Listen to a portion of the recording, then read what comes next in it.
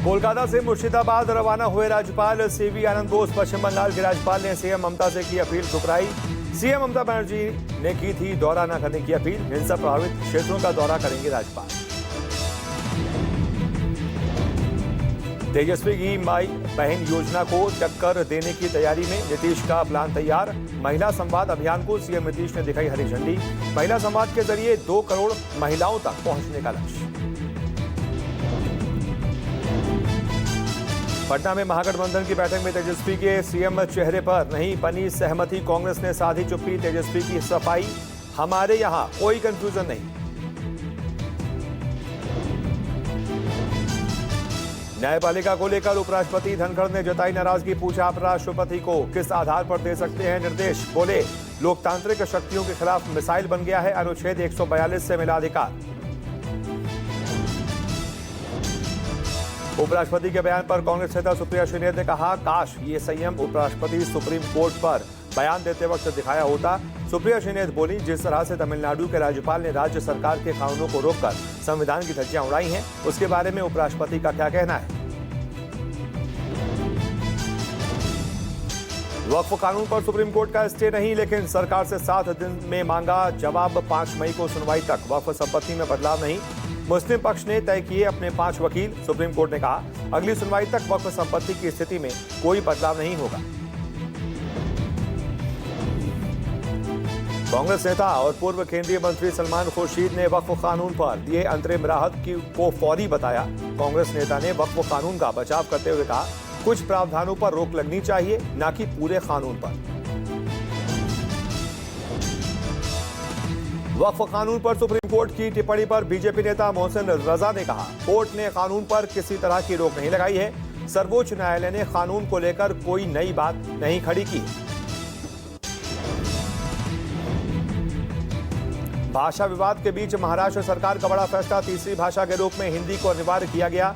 नया पाठ्यक्रम इसी साल 2025-26 से लागू होगा। हिंदी अनिवार्य करने पर मुंबई में एमएलएस का प्रदर्शन। पारित कानून की कॉपी जलाकर किया विरोध। हिंदी अनिवार्य किए जाने पर महाराष्ट्र नवनिर्माण सेना ने विरोध जताया। मनसे ने शिवसेना भवन परिसर में एक और बैनर लगाया। मुंबई में संजय राउत ने हिंदी और मराठी को लेकर की प्रेस कॉन्फ्रेंस। महाराष्ट्र में हिंदी राजभाषा है, लेकिन मराठी को अनिवार्य किया जाना चाहिए। संजय राउत का बयान। कहा, मुख्यमंत्री को माय मराठी पर ध्यान देना चाहिए। सिर्फ कागजों पर मराठी अनिवार्य करने से कुछ नहीं होगा। दिल्ली में जलभराव वाली जगहों पर मुख्यमंत्री रेखा गुप्ता ने किया निरीक्षण। सीएम ने मिंटो ब्रिज और डब्ल्यूएचओ बिल्डिंग आईटीओ का किया निरीक्षण।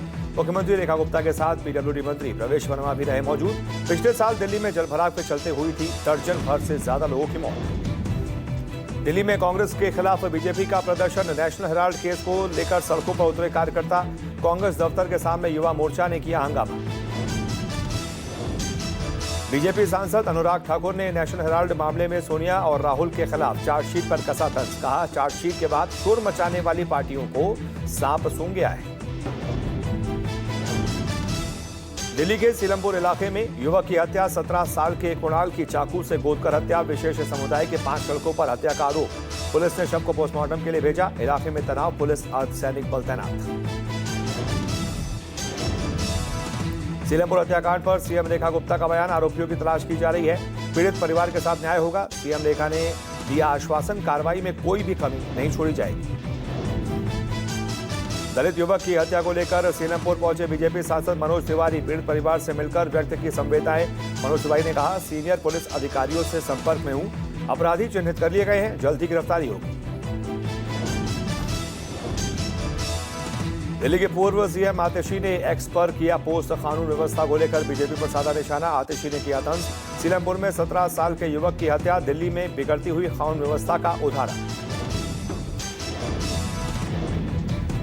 जयपुर में बन रही अयोध्या राम मंदिर के प्रथम तल में लगने वाली मूर्ति। जून में राम मंदिर में राम दरबार और सप्त ऋषियों की 18 नई मूर्तियों की होगी प्राण प्रतिष्ठा।